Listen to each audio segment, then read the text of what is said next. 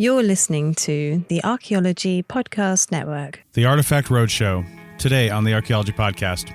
This is the show where we discuss all things archaeology in a way that everyone can understand and appreciate.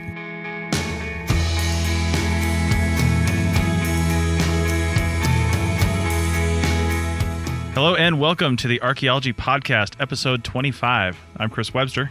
And I'm April Camp Whitaker. On today's show, we're going to learn about the Artifact Roadshow. Let's dig a little deeper.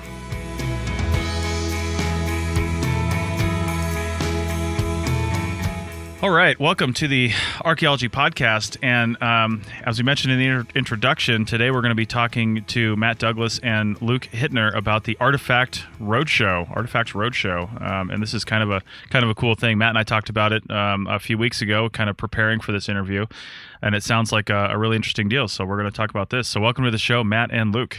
Thanks. Thank you. All right, so we'll start with you, Matt. Matt, why don't you tell us just a little bit about yourself? You know, where you're working out of, and a little bit about your background. Yeah, I'm an archaeologist, University of Nebraska. I work for the College of Agricultural Sciences and Natural Resources. I've spent a lot of time doing archaeology in the Great Plains, but I also have international projects in Australia and Africa. Awesome, Africa. I love Africa. Went there just once for a project, but it was amazing.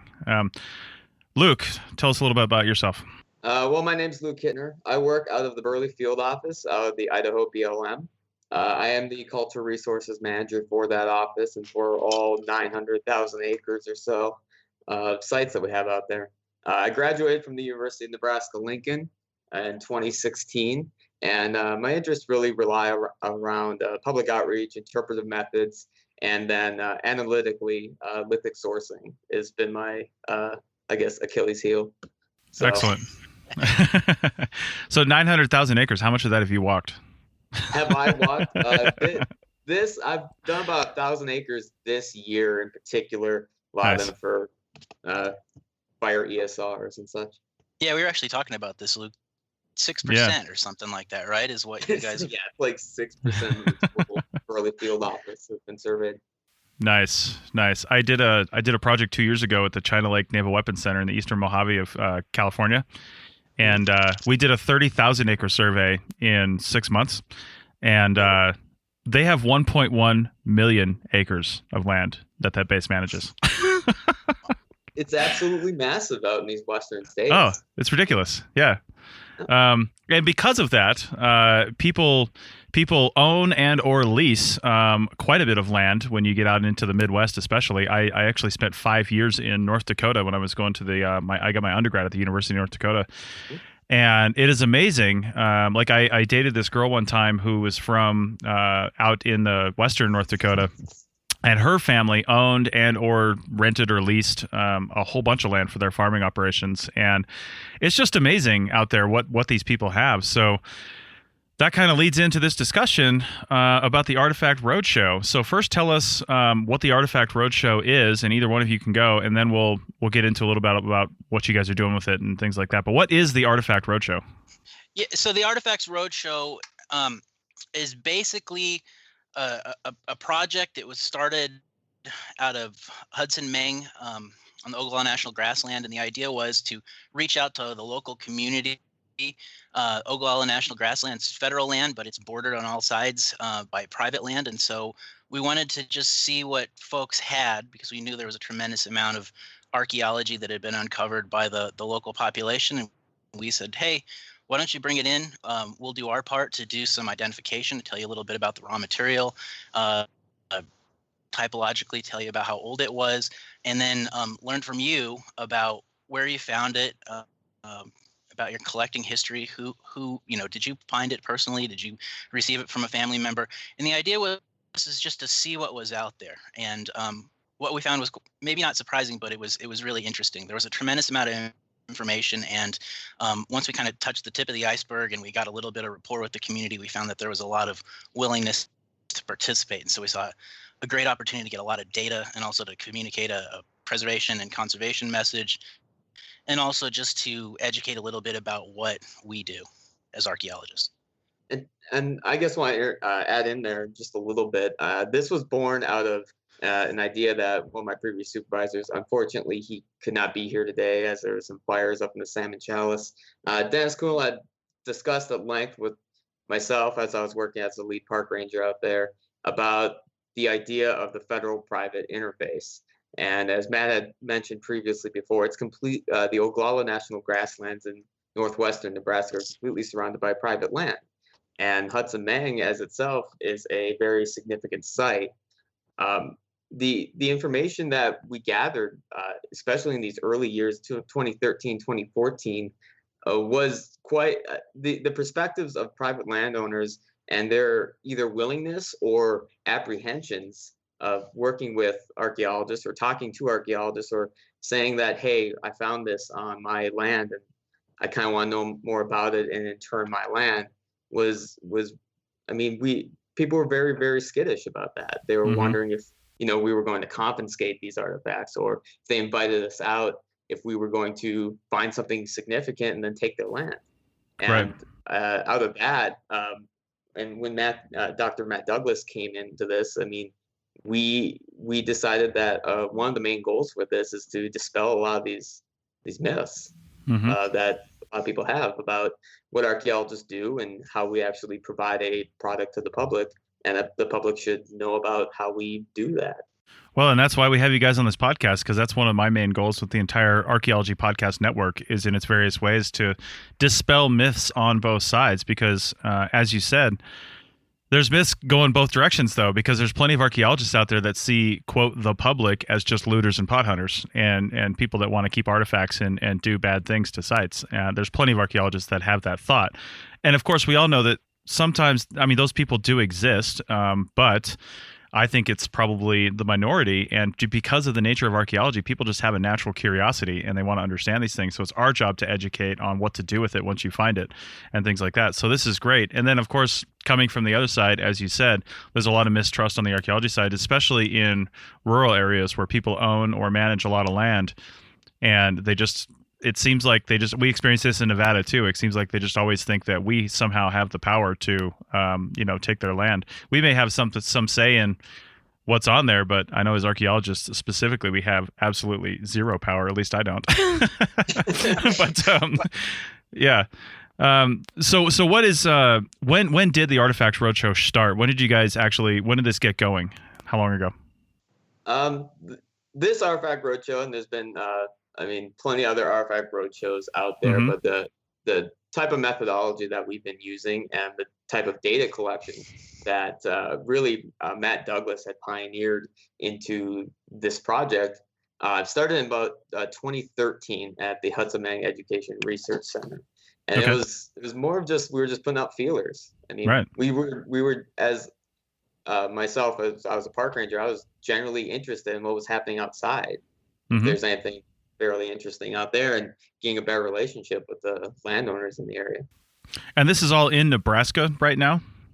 No. Oh, because I know the digital archive is held at the University of Nebraska. So where do you guys take this roadshow on the road?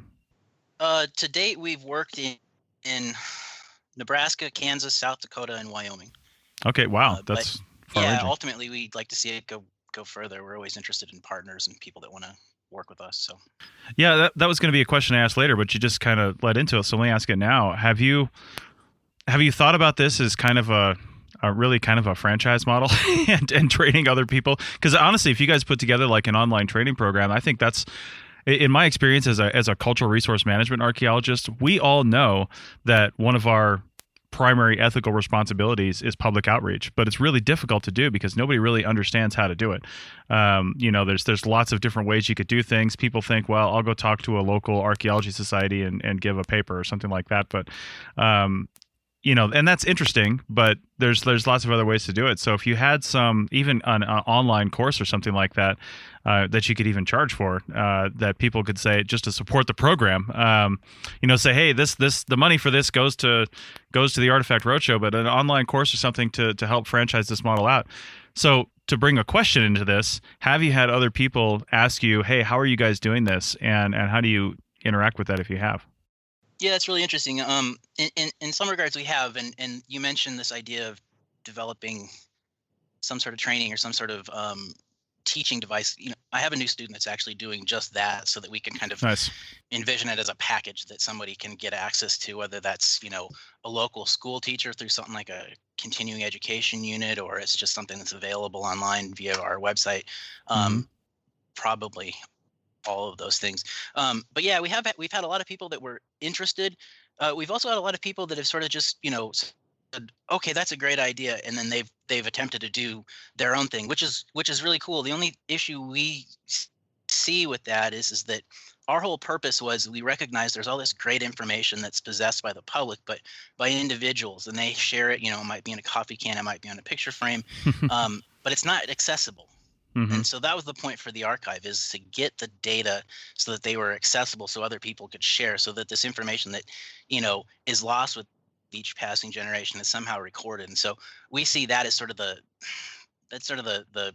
crux of the issue. We go out, we engage with the public, and that's fantastic, but also aggregating the data in some accessible place. And so when we talk to folks about it, we try to encourage them to kind of adopt some of our basic methods that we utilize. We use flatbed scanners. Those are only about $200, and we can get really good high resolution images. We have a process where we have all the right forms. We have IRB approval, et cetera. So we've communicated those ideas. We haven't really had anybody adopt the approach without us working, but we do have lots of local partners. We've worked with local museums, et cetera, where we come in and partner with them, and also do some educational outreach opportunities next to it. So ultimately, yeah, we'd like to see it kind of snowball, and we certainly don't claim ownership to the concept. We just like to see people work together and hopefully aggregate the data in a useful way for all archaeologists and the public to share. Excellent. You mentioned IRB approval.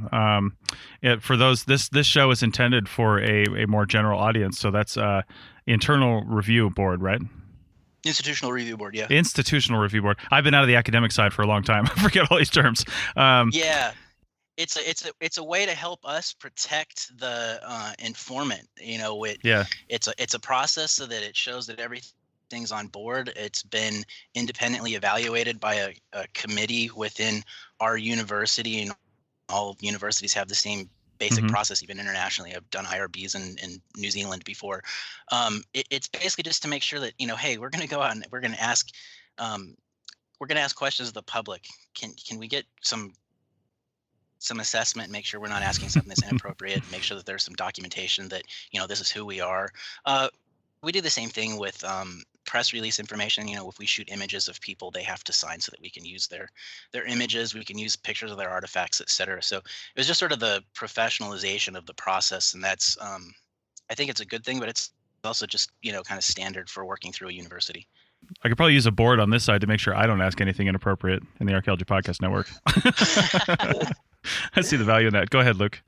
I'd just like to add in about this goes back to the federal-private interfaces. With federal land, the information that we have for archaeological sites is you cannot cast the Freedom of Information Act to locate these archaeological resources. In the same sense, these IRB approvals, especially since it's going to an institution or a university, specifically the University of Nebraska-Lincoln, it does provide them with a greater assurance that we're not going to tell, just because it's private land, just because they're giving us information, or we know, where their heritage ranch was, or what county they were in, or they may be willing to bring us out to the site.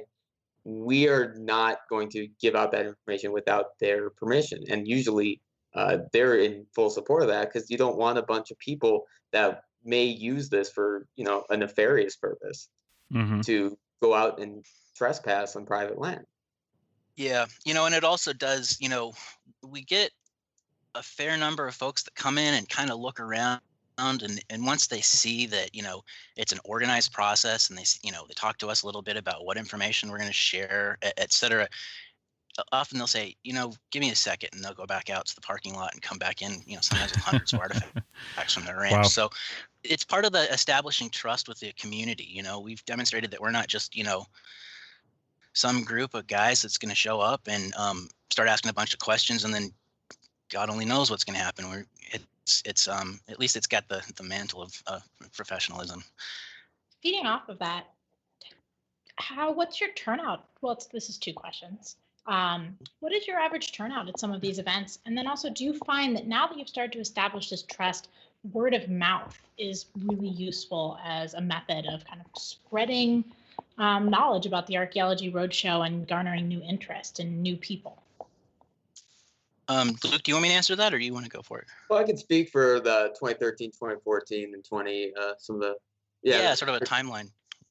So initially in 2013, 2014, we had 2 roadshows in 2013. And the first roadshow, we had about 20 people come up. And I mean, initially that doesn't seem like that much, but within that 20 people, there were 344 artifacts. Wow. And for what we were doing at that point is mainly just a method of interactive interpretation of them telling a story, and we'd be telling a story back, and we'd be helping them out discover, the history of their land, or the prehistory in most matters. In 2014, we expanded quite a bit to the surrounding areas. I believe 2014 was the first time in Wall, South Dakota, at the National Grasslands Visitor Center. And we had locals from that community as well. And I believe that was around like 50 or 60 people that came to that one. And it seems to have been growing. We're pretty apt on getting press releases out as well for this, word of mouth, and our partners help out quite a bit.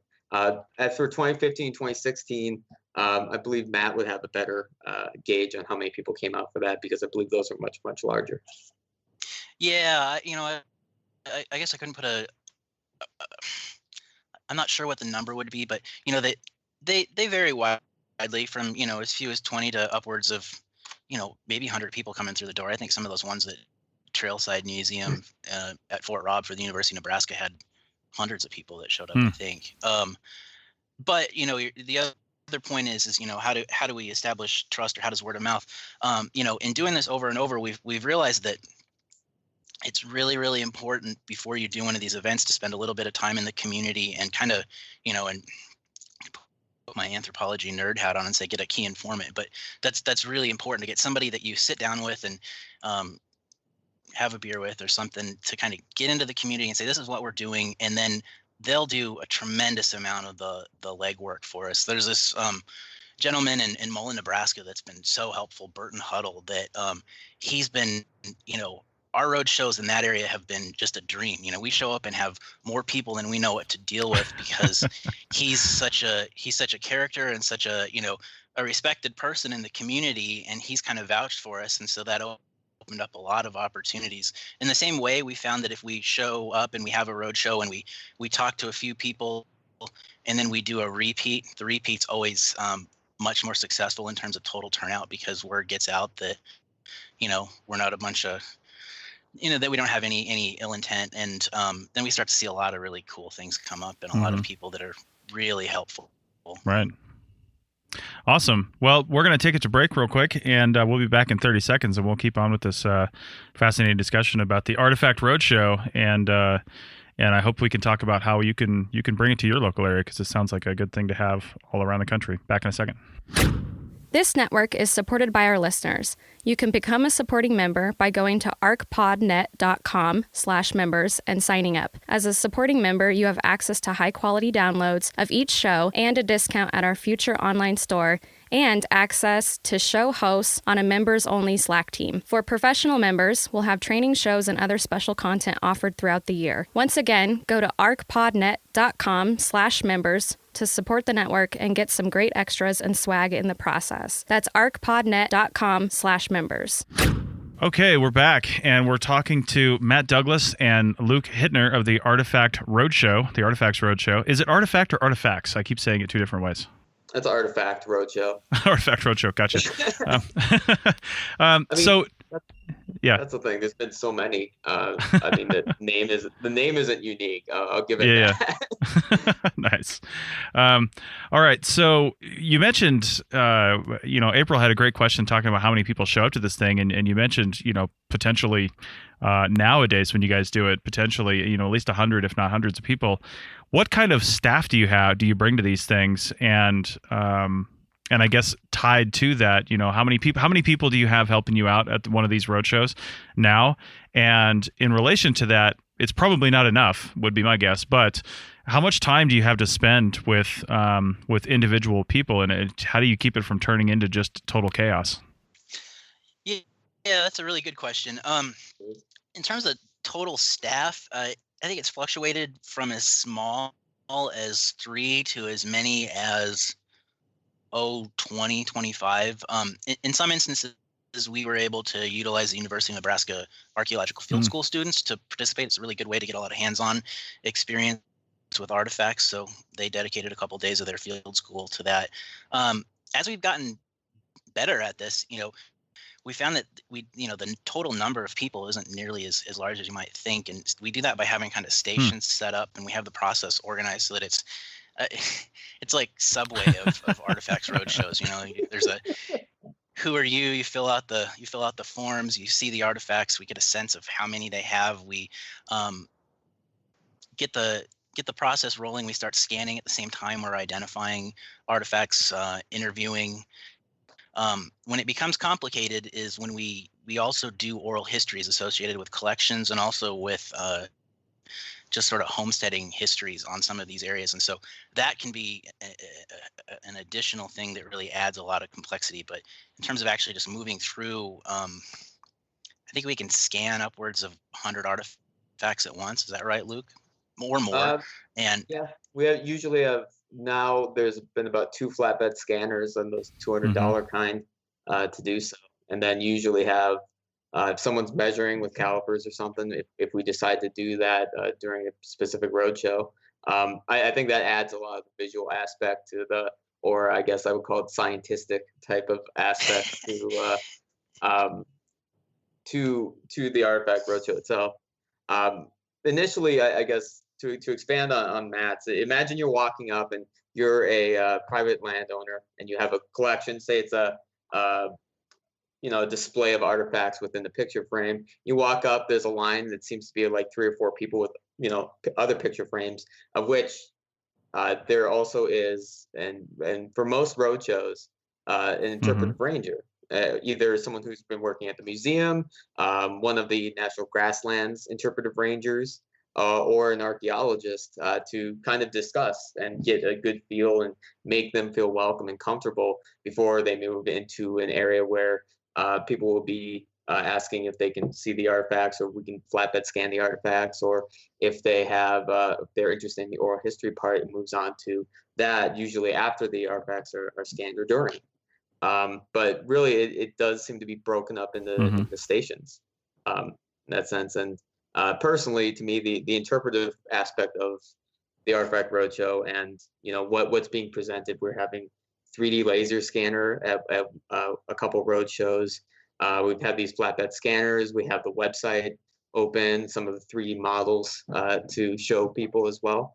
And and what we're really going for is the public or the private landowner to be a part of the scientific pursuit of archaeology. That's a really good point. We're talking about what we're doing, and we're communicating with the public. The public's really critical to the whole process. It's a citizen science endeavor, and I say that because working in places like Nebraska, where most of the archaeology is done on public lands, which are less than 2%. So we have, in some cases, entire counties that we don't have any documented archaeology, and so the public is really adding a tremendous thing. So that collaboration, they're not just it's not that we're these folks that are telling them what they have. That's important, but they're also showing a lot of information that we just simply don't have access to. So they're really they're adding a lot. Nice. I was going to say, when I visualize what you guys are talking about with these stations and then specialists and things like that, man, it's the Antiques Roadshow that's in my head without the valuation part of it. That's exactly what I'm imagining. Yeah, I think that's kind of what it looks like. Nice. And so that brings up another question. What types of things do you mostly see at these? Does it depend on where you're at, or do you see predominantly, like projectile points, things like that, or historic artifacts, or what are the most common things that you see? It's mostly prehistoric. where we've worked in the past, mostly the prehistoric record is lithics. It's really interesting. From what I can gather, most collectors pick up everything that they see, and these aren't folks that are kind of scouring the hills. They just are ranchers out watering cattle, et cetera. And if they see an artifact, they'll collect it. But they'll bring often projectile points. So in terms of our sample, it's probably biased towards that, but we ask them a lot of times. I had this fantastic thing where we did a home visit to this elderly woman who was in her 90s, and she wasn't going to be able to come, and she asked if we could come, and she showed us this this frame as they do that had maybe 50 artifacts on it. They were all projectile points. We looked at it, and then I started looking, and she had this wooden bowl, and I was like, "What's this?" And she goes, "Oh, that's the rest of the collection." And a wooden bowl doesn't. I think like the biggest Aboriginal bowl you've ever seen. Huge thing, practically a canoe, and it was completely full of all sorts of things. And it also had all the broken bases, and we pulled out. I think we pulled out like 12 agate basin bases. So there's a tremendous amount of stuff, and so they tend to bring the pretty stuff. But if we communicate what we're really after, maybe the second roadshow, they'll bring everything, and so we'll get all sorts of flakes and occasionally cores. Then there's some other things that come into that are,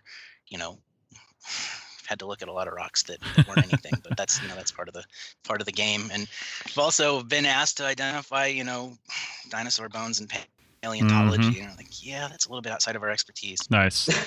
It is how it goes, and that's something that'd be really interesting if somebody wanted to do a paleontology version of this. We have some interest from folks in Colorado to do that, so it's outside of our expertise, but it's kind of interesting. I imagine with the popularity of the Antiques Roadshow, you do get people showing up with their historic clock that they've had in their family for a while, and they want you to assess it or something like that. Do you get that at all? No, and I think that's because we've been really explicit in the press releases what we're after. But as I was saying, we do this homesteading history, and so we do get some really amazing photographs that come in and things like that. But they generally know that we're interested in archaeology, and it's just that breakdown between archaeology and paleontology in the public's mind in some instances that's the reason that we get some fossils that come in. So as part of this, when they come in and they're showing you the artifacts, are you partly working with them to get more specific place locations? So kind of showing them maps of their land and trying to get them to pinpoint areas where they find more of these things and what items they're finding? Because I know a lot of farmers and ranchers, they know exactly where they picked up each arrowhead, and, they know those things. Yeah, we have done that, and it varies tremendously. Sometimes you'll get a collection that's been handed down through a couple of generations, and so the provenience is Cherry County, Nebraska, which is 3 million acres. That may seem fairly imprecise, but that's still useful data. We can do a lot with it. But if you speak with the ranchers, you speak with the collectors, some of them will say, okay, it's one of two blowouts, I don't know which ones are which. Or there are those folks that they can literally tell you what it was sleeting, I was out opening up the cattle gate, this is where this came from. That instance of that elderly woman who had all those bases, she showed me exactly where they came from. They're right next to a cattle gate that she'd kept pulling them out. So we talk about that stuff, we record it. We'll have different internet sometimes an issue, so we can't just work off of Google Maps, but we'll print out maps of different resolutions and try to pinpoint locations. And we don't display any of that information. We just display stuff on the website that's to the nearest community. So whatever town is closest to the location is what we'll show. But we record that information and we keep it so it is accessible. Okay. That brought up a question where regarding data collection, where are the data going for this, and what are you doing it? Are you trying to answer any specific research questions that you guys have laid out, or is this just pure data collection at that point? Yeah, that's a really good question. So I guess, we're sort of looking at it from a 10,000 foot perspective. The question is originally, what's out there? What is the public aware of that we as the professional archaeology community are unaware of, and how do those data sets jibe? What do our or not? What does our record look like versus their record? What kinds of things do we have access to? So at that point it's a data gathering effort. So we see it as a way to kind of facilitate the capacity of other people to do research. With that said, we've started to look at specific questions. We have a partner that's at the University of Wyoming, one of my former students, that he wanted to address that question in one county in Wyoming, and so he looked to see what the prevalence of points would be in the public record versus the private record. And what he's found is pretty amazing. He's been able to see that through 2 road shows and 1 home visit, he's been able to record more projectile points than exist in the Wow. public data over however long that's been. So there's a lot of Yeah. information out there. When he started comparing those things, he realized that when you look at sort of the line graph that you might make by going through different the centroid of the time for each point type, the distributions are different, and that's probably a consequence of the fact that the public land and the private land, ecologically, topographically, they're different, and so you're getting different samples. And so you can ask the question, how representative is the public record? How representative is the private record? How do we actually go about trying to, as social scientists, understand what's actually out there? So that's sort of a question we've looked at. Digging a little bit deeper, though, we haven't moved forward, but there are questions that kind of pop out as you start to look at the data.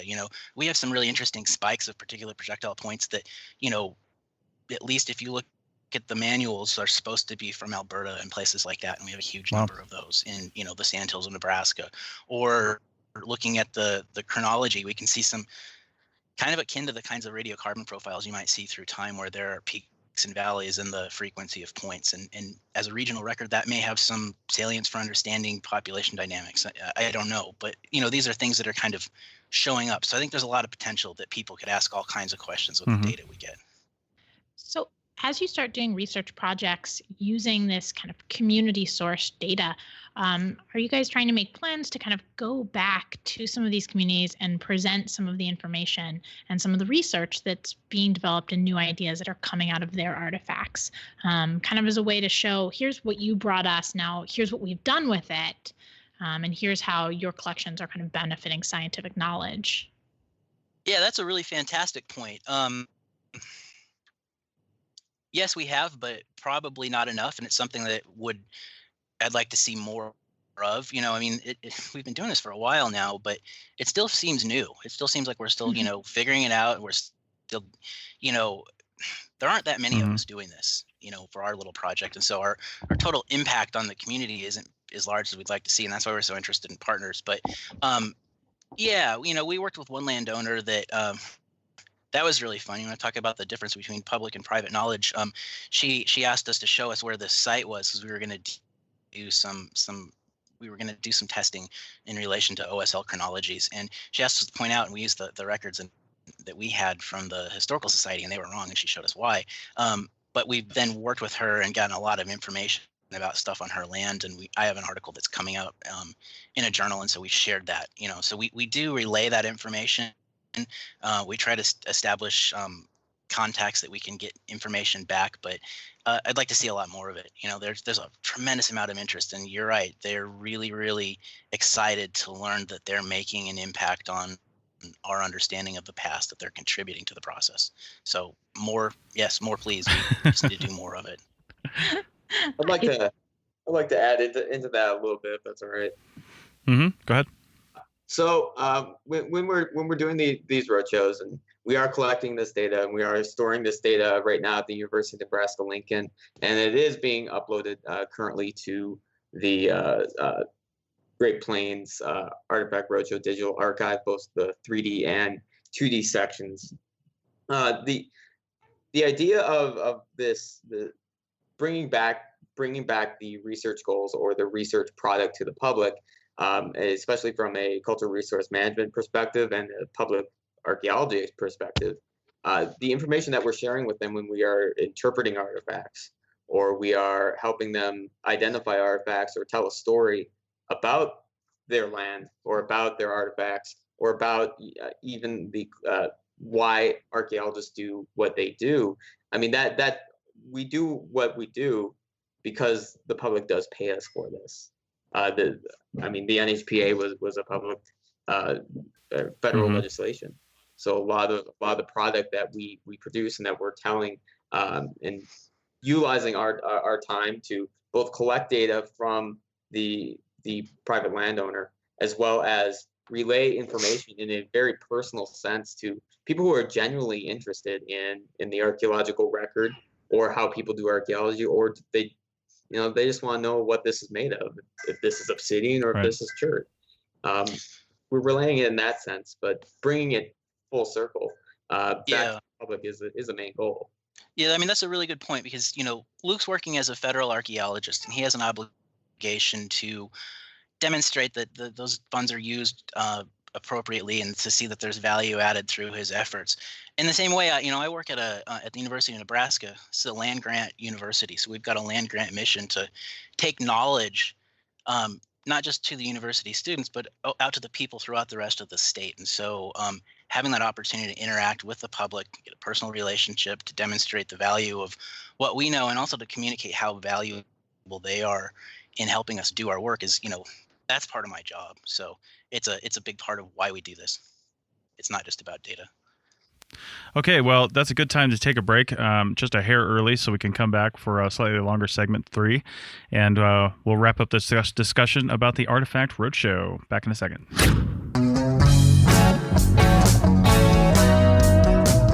Hey, podcast fans, check out the ARC365 podcast at www.arcpodnet.com/ARC365. That's ARCH365 for your daily dose of archaeology. Each episode is less than 15 minutes long, and we have some great guests recording about awesome archaeology. We also try to throw in some definitions and basic archaeological information.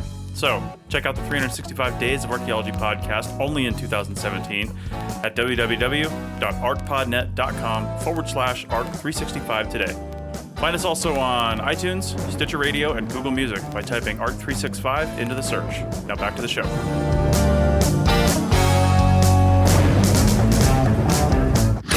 Welcome back to our talk about the Archaeology Roadshow, everyone.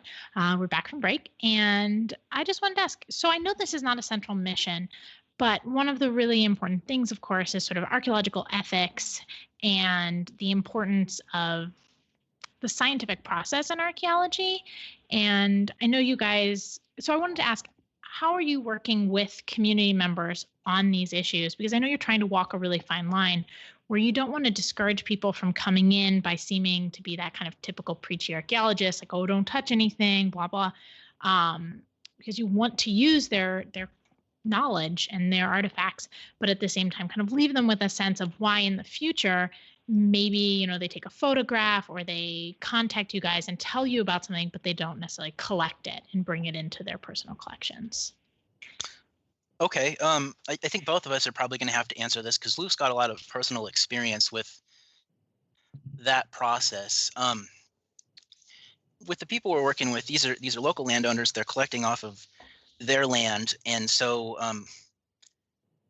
we asked them a little bit about the process, why they do this. We find that there's a lot of common goals, with archaeology. The real breakdown seems to be in understanding of recording context and the importance of documenting provenience. And so we spend a lot of time educating on that. I don't think we've ever talked to anybody that's actually digging. It's always just surface finds that they're finding. And so we talk a little bit about that, but we also talk about, what do they do with these sites? They know where things are coming in, and most of them monitor. And so, rather than really kind of pushing we have a stewardship agenda, and we push that line of thinking, but it doesn't take a lot. So it's really often just a conversation about the process and kind of reedifying points while communicating what the public largely knows. And so there isn't a lot of tension. There isn't a lot of, hey, you shouldn't, you're doing something wrong, because they're often not. One of the things I'd say is, we don't discourage them from collecting. I think ultimately we'd like to see this process move from looking at artifacts to collaboratively looking at sites on private land, but that's going to take a bit, and it's going to take a lot of trust and a lot of time. So we may move that direction, but we don't really tell them not to collect. Archaeologists collect all the time. It's just a matter of documenting provenience that we see as really the really low-hanging fruit that we could affect a change with. And I think Luke could talk about that in more detail. Specifically, the way that we conduct our Artifact Roadshows does have this stewardship And who are the stewards to the archaeological record? And really the answer is everyone, because a lot of the archaeological record is publicly funded. So how do we encourage people to, they have private land, and it is, and believe it or not, it is not illegal to collect artifacts on private land.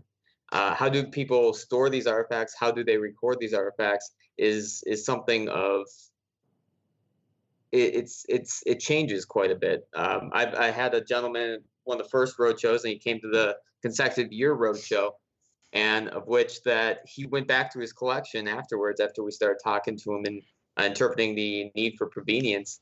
And he came back, and every artifact was in a Ziploc baggie. Every artifact had a little Post-it note on it describing, it was right next to this road on my friend's land here.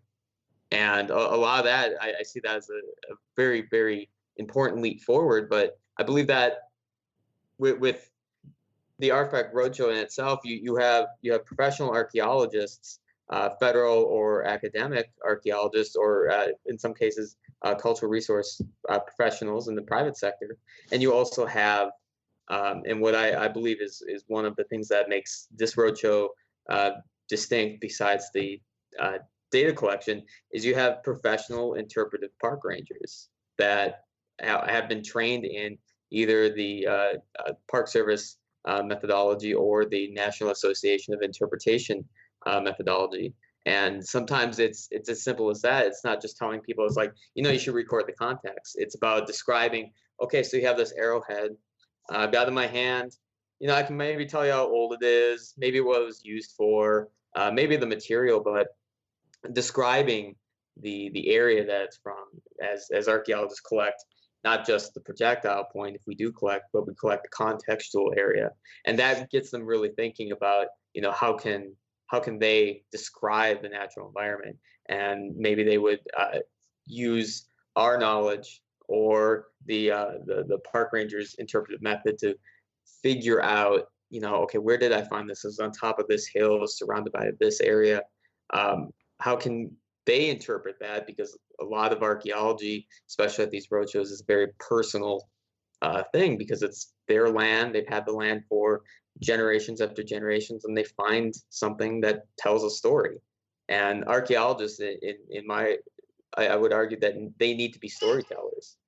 We can record, we can do studies, we can document as much as we want, but if we're not telling a meaningful story to I don't want to use this word, but constituents, I don't think that we're really going to get anywhere. So I'm not sure if that answers it. No, it definitely helps. So when you're working with community members and you're trying to, I think the idea of demonstrating to them, okay, here's what we can do with this. Here's how we can tell more of a story than just IDing what an object is, because I think that is a really important step. Do you have materials and information that they can take home with them that helps them think about and kind of implement their own community data, it's a citizen archaeology idea where they are implementing their own data collection process, so that when they pick something up, they have an idea of how to record the provenience, how to kind of catalog their personal collections and some of those materials? Well, at some of the roadshows, especially the ones with Mr. Rowe out of the University of Wyoming, he has a pamphlet that describes proper curation techniques. That's directly derived from the Wyoming repository and collaboratively made by the Wyoming repository to give to collectors, like, okay, if you're going to frame these, don't use glue, you should use this. If you're going to display these things, maybe put a note of what you think it is. We've had links, or depending on the state that we're working in, just the general site form that is available on most SHPO websites. It's not like this knowledge is hiding. It's just people don't know that they have access to it.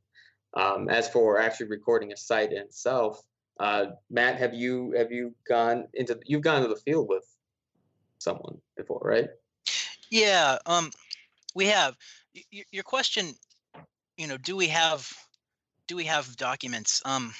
Yeah, we do, as Luke was saying, that Chris has developed, but that's something that we're really trying to ramp up. That's one of the main products that's going to come out of a new master's student that I have. She's going to develop these sort of almost a template or not really a pamphlet, but almost a manual of how to do some of these things. And so what does exist for us now is we verbally communicate this information, and it's been successful, as Luke's talked about, with seeing baggies with coordinates and information. So it's happening, but now we're moving to the next stage where it's freely available and they get to walk away with it. So we haven't yet done that. But we have also gone out in the field with collectors to an extent, not as much as we'd like, because it takes a lot of effort to get that rapport established. But we have done that, and we talked a little bit about that information. And one personal anecdote I can talk about is I was talking with this rancher that they've had the land for I think at least 100 years, and in looking at what we were having and being able to tell them from what was eroding out of it was in the sand hills, or looking at a blowout,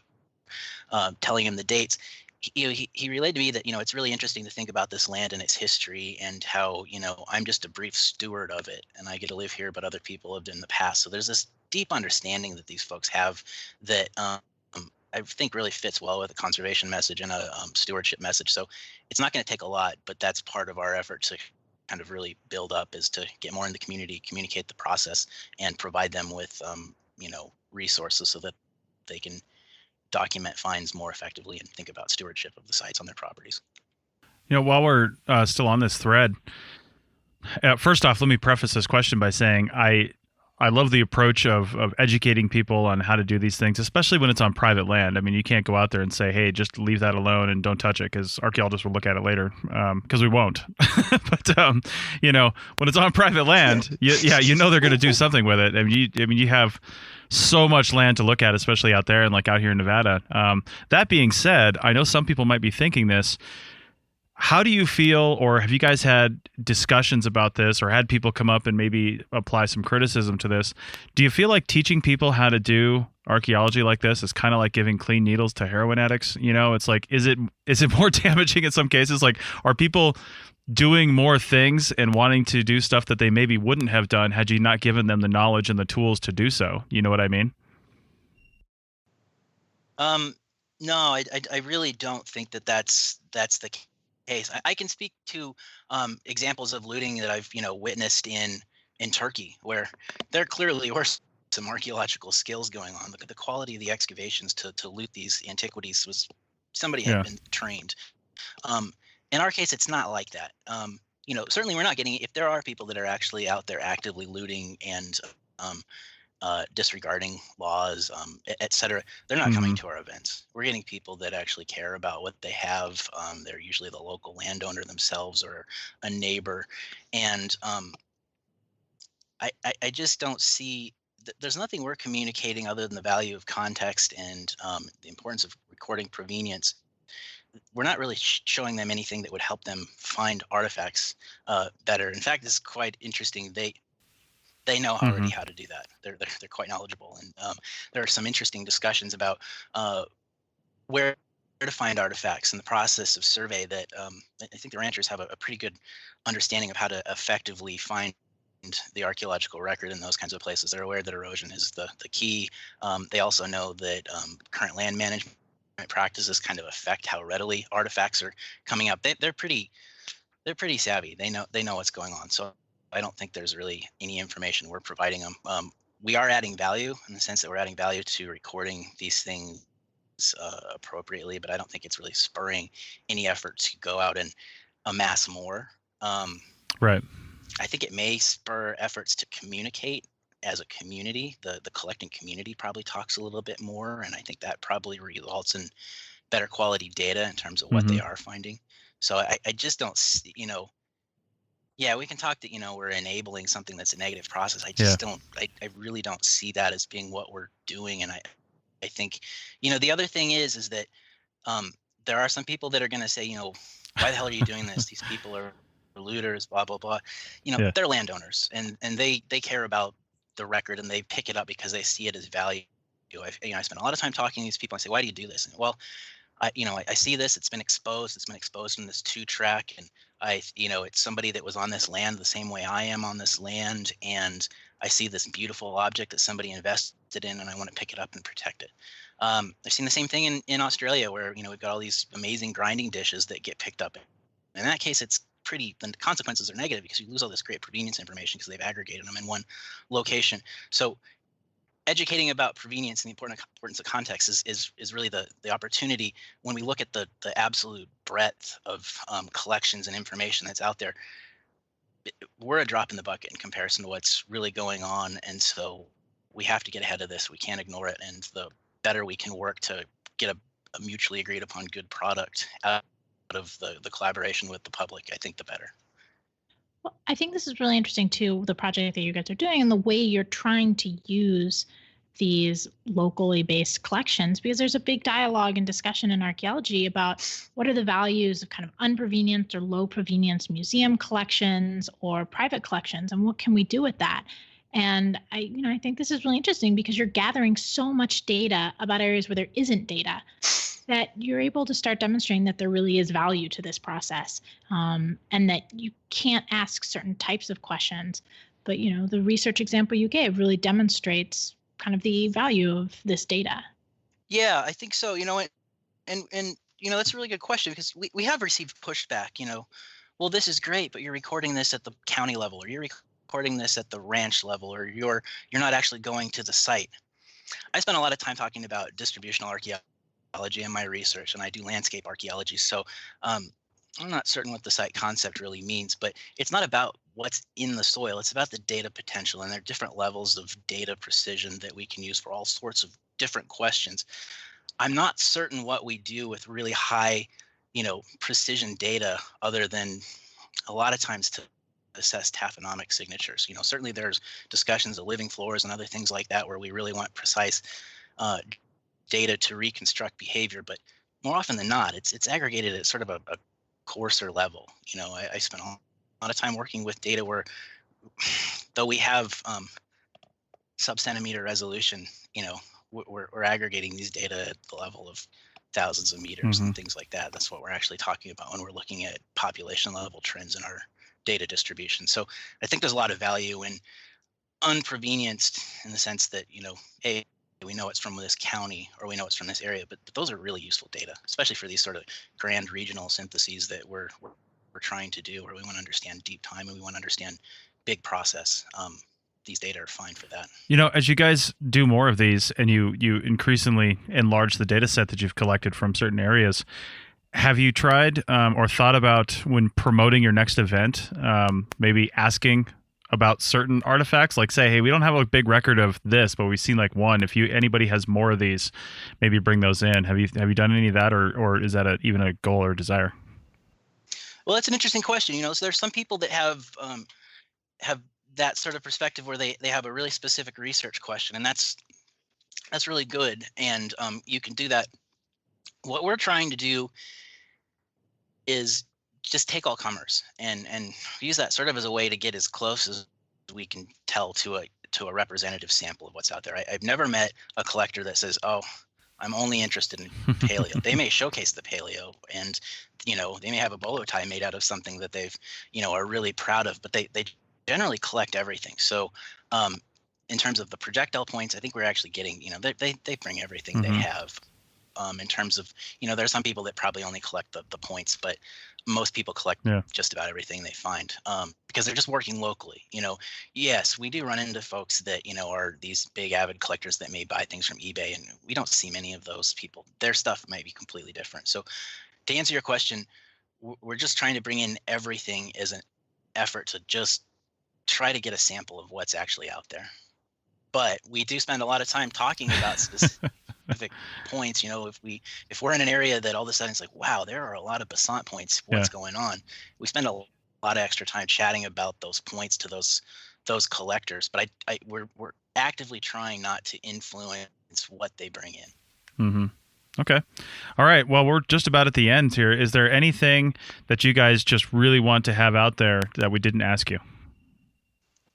Yeah, I guess one thing is, we point out is that, we started to incorporate some, flint napping and atlatl throwing and other things.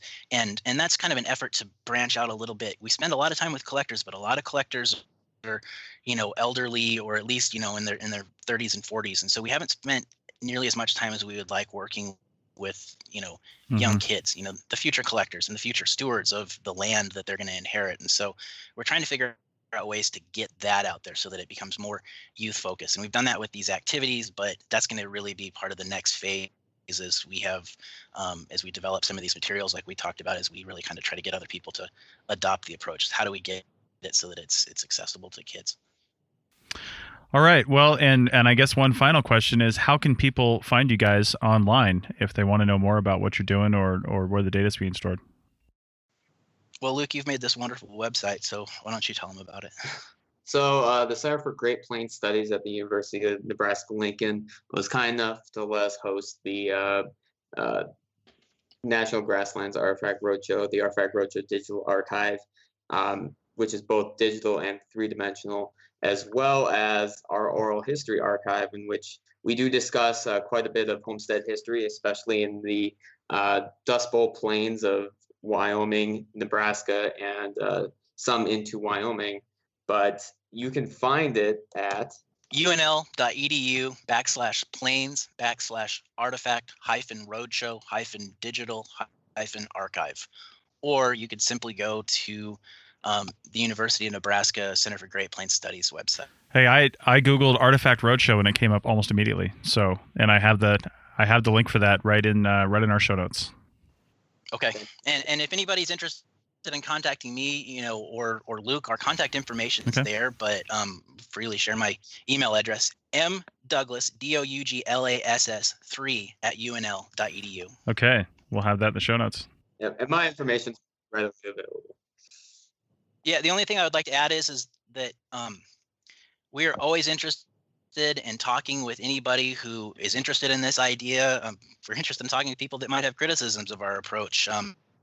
If you want to host one of these, and invite us, that'd be great. If you want to try to make it work yourself, we've got an approach that we think works, and we'd be more than happy to help you work through it, and also to let you communicate data and images onto our website. So anybody that's interested, please reach out to us. Okay.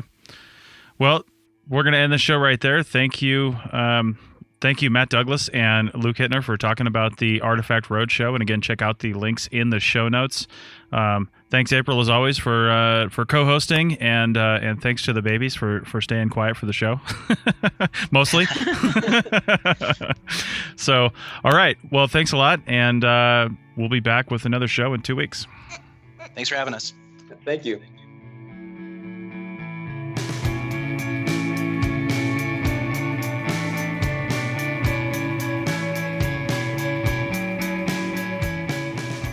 Thanks for listening to the Archaeology Podcast. We hope you enjoyed it. You can provide feedback using the contact button on the right side of the website at www.archaeologypodcastnetwork.com/archaeology. Or you can email Chris at archaeologypodcastnetwork.com. Please like and share the show wherever you saw it so more people can have a chance to listen and learn. Send us show suggestions and follow ArcPodNet on Twitter and Instagram. This show is produced by the Archaeology Podcast Network. Opinions are solely those of the hosts and guests of the show. However, the APN stands by their hosts. Special thanks to the band Sea Hero for letting us use their song I Wish You'd Look.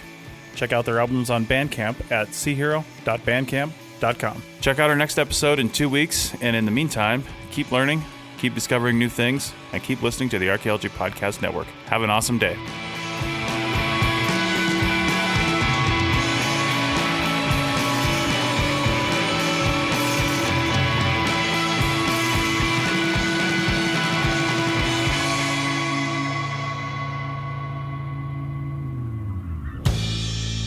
This show is produced by Chris Webster and Tristan Boyle, and was edited by Chris Webster. This has been a presentation of the Archaeology Podcast Network. Visit us on the web for show notes and other podcasts at www.archpodnet.com. Contact us at chris@archaeologypodcastnetwork.com. Thanks again for listening to this episode and for supporting the Archaeology Podcast Network. If you want these shows to keep going, consider becoming a member for just $7.99 US a month. That's cheaper than a venti quad eggnog latte. Go to archpodnet.com/members for more info.